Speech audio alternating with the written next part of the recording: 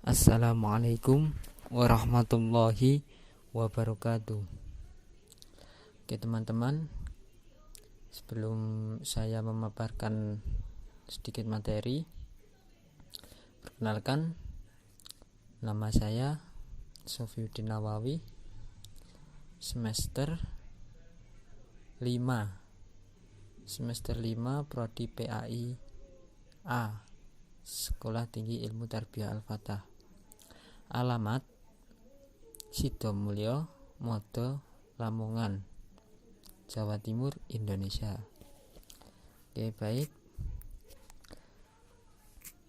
Yang saya hormati Bapak Nurdi SAG MPD. Dan di sini saya akan sedikit memaparkan tentang materi pendidikan Islam pada era kemunduran pasca jatuhnya Baghdad dan Cordova. Pertama-tama marilah kita panjatkan puja dan puji syukur kehadirat Ilahi Robbi yang mana telah memberikan rahmat serta hidayahnya, yang mana kita masih bisa diberi kesehatan untuk melihat video saya kali ini. Dan kedua kalinya, sholawat serta salam semoga tetap tercurahkan kepada junjungan kita Nabi besar Nabi Muhammad SAW, yang mana beliaulah yang memberikan jalan yang hak dan memberikan jalan yang batil dengan ajarannya, yaitu ad-dinul Islam.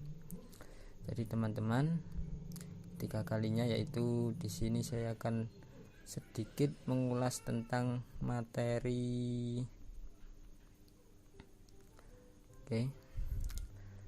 yaitu pendidikan Islam masa kemunduran pasca runtuhnya Baghdad dan Cordoba. Jadi pendidikan Islam masa kemunduran pasca runtuhnya Baghdad dan Cordoba itu yang terdiri dari latar belakang, fokus kajian dan rumusan masalah, runtuhnya pusat pendidikan Islam, dan ini dibagi menjadi dua, yaitu runtuhnya Baghdad dan runtuhnya Cordoba. Selanjutnya yaitu pendidikan Islam di era kemunduran, dan ini juga dibagi menjadi dua, faktor-faktor penyebab kemunduran pendidikan Islam, profil pendidikan Islam pada masa kemunduran. Yang terakhir yaitu kesimpulan. Next, latar belakang. Dalam usaha mempelajari pendidikan Islam, seseorang peneliti tidak dapat mengabaikan dirinya dari mempelajari akar sejarah pendidikan Islam yang merupakan bagian integral dari sejarah Islam itu sendiri.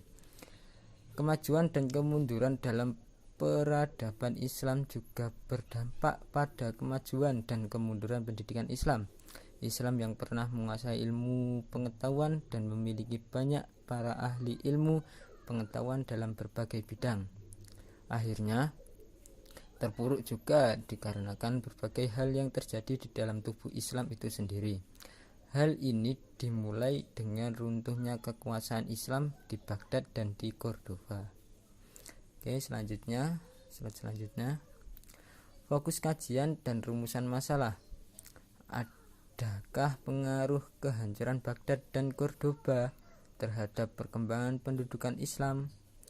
Yang kedua, faktor-faktor apa saja yang menyebabkan kemunduran pendidikan Islam? Yang ketiga yaitu bagaimana profil pendidikan Islam pada kemunduran. Slide selanjutnya. Runtuhnya pusat pendidikan Islam.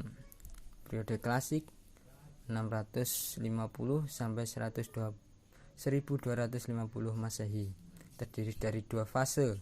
Yang pertama yaitu fase ekspansi, integrasi dan puncak kemajuan 650 sampai 1000 Masehi tahunnya. Dan yang kedua yaitu fase sintegrasi yang pada tahun 1000 sampai 1250 Masehi. Di masa ini terjadi perpecahan umat Islam di bidang politik, kekuasaan khalifah menurun, dan akhirnya kekuasaan Islam di Baghdad diluluh lantahkan oleh Hulagukan. Slide selanjutnya. runtuhnya Baghdad.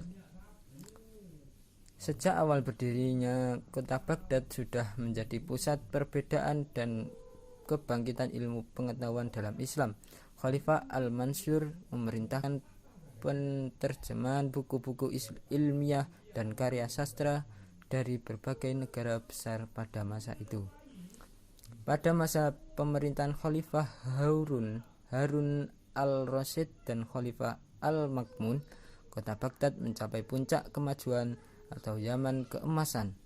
Ketika itu Baghdad menjadi pusat peradaban dan kebudayaan tertinggi di dunia. Slide selanjutnya. Namun hal itu berubah drastis sejak penyerangan yang dilakukan tentara Mongol di bawah kepemimpinan Hulagu Khan. Peristiwa ini terjadi pada tahun 1250 Masehi. Dengan hadirnya Hulagu Khan, maka pusat-pusat ilmu pengetahuan baik yang berupa perpustakaan maupun lembaga-lembaga pendidikan semuanya mereka porak-porandakan dan mereka bakar sampai panas tak berbekas. Slide selanjutnya. Faktor intern hancurnya Baghdad. Jadi faktor intern yaitu faktor internal. Yang pertama yaitu perpecahan, perebutan kekuasaan dan pengaruh dalam keluarga Abbasiyah sendiri. Yang kedua, gaya hidup yang berlebihan oleh sebagian khalifah bahkan diikuti oleh keluarga. Selanjutnya yaitu kelemahan sebagian para khalifah. Pada masa tertentu khalifah hanya sebagai lambang. Persaingan dan pertentangan antara unsur Arab, Persia dan Turki. Perpecahan yang disebabkan perbedaan mazhab. Jadi kalian bisa mempelajari untuk membaca di buku-buku lain tentang faktor-faktor internal hancurnya Baghdad. Langsung saja slide selanjutnya. Nah, ini faktor eksternal hancurnya Baghdad atau faktor ekstern. Yang pertama yaitu berkembangnya ajaran teologi Asy'ari dan tasawuf Al-Ghazali yang mengajarkan tawakal, fatalisme. Dan yang selanjutnya, dominan pengaruh Turki di dunia Islam. Serangan Mongol ke Baghdad, perang salib. Next, runtuhnya Cordoba. Jadi ini adalah runtuhnya Cordoba. Eropa ketika Islam muncul sebenarnya sedang berada dalam zaman kegelapan. Dalam masa lebih dari 7 abad kekuasaan Islam di Spanyol, umat Islam telah mencapai kejayaan di sana. Banyak sekali kontribusi bagi kebangunan budaya barat, kebangkitan intelektual dan kebangunan kultural barat terjadi setelah sarjana-sarjana Eropa mempelajari, mendalami dan menimba begitu banyak ilmu-ilmu Islam dengan cara menerjemahkan buku-buku ilmu pengetahuan Islam ke dalam bahasa Eropa. Next, selanjutnya faktor kehancuran Islam di Spanyol. Yang pertama, tidak jelasnya sistem peralihan kekuasaan. Kedua, lemahnya figur dan karismatik yang dimiliki khalifah. Yang ketiga, perselisihan di kalangan umat Islam. Yang keempat, konflik Islam dengan Kristen. Dan yang terakhir yaitu munculnya muluk at-tawafik.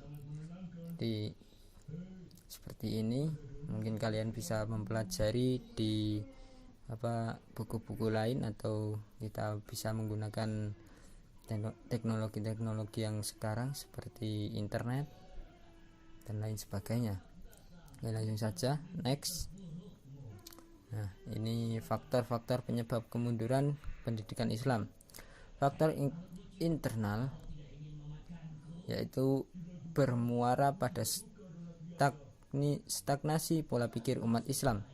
Dan yang kedua, faktor eksternalnya adalah serangan bangsa Mongol terhadap Baghdad yang menghancurkan dinasti Abbasiyah serta hancurnya peradaban Islam di Cordoba merupakan pusat peradaban dan pendidikan Islam di Spanyol. Next, selanjutnya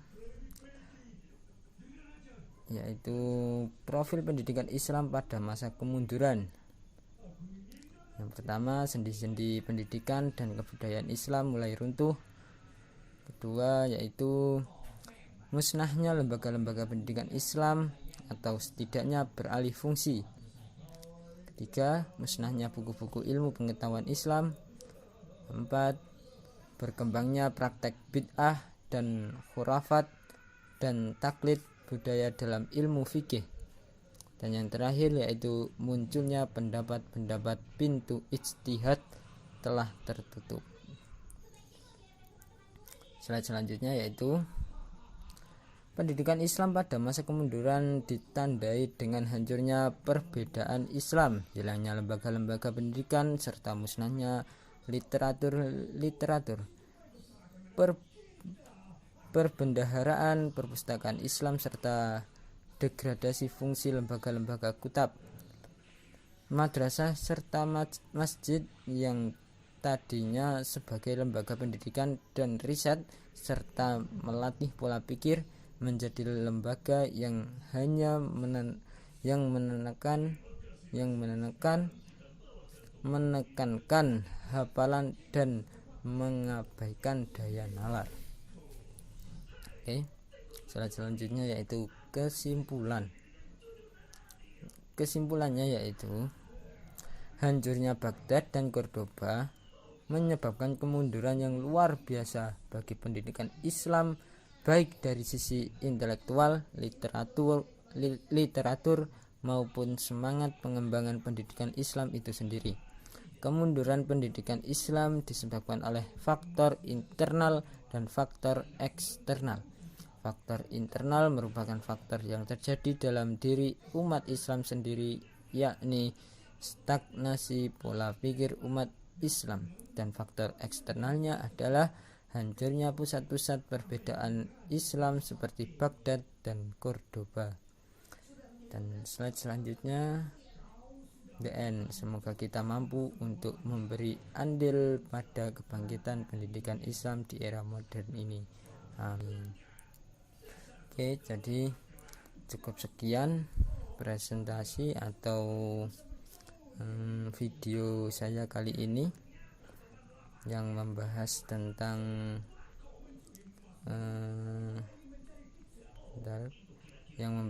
pendidikan Islam masa kemunduran pasca runtuhnya Baghdad dan Cordoba. Dan mungkin teman-teman bisa mencari atau membaca ya untuk kurang lebih jelasnya. Jadi saya di sini hanya untuk menjelaskan inti-intinya saja. Jadi cukup sekian yang dapat saya sampaikan. Semoga bermanfaat. Wabillahi taufiq wal hidayah. Wassalamualaikum warahmatullahi wabarakatuh.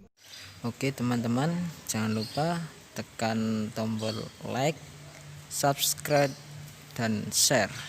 Terima kasih.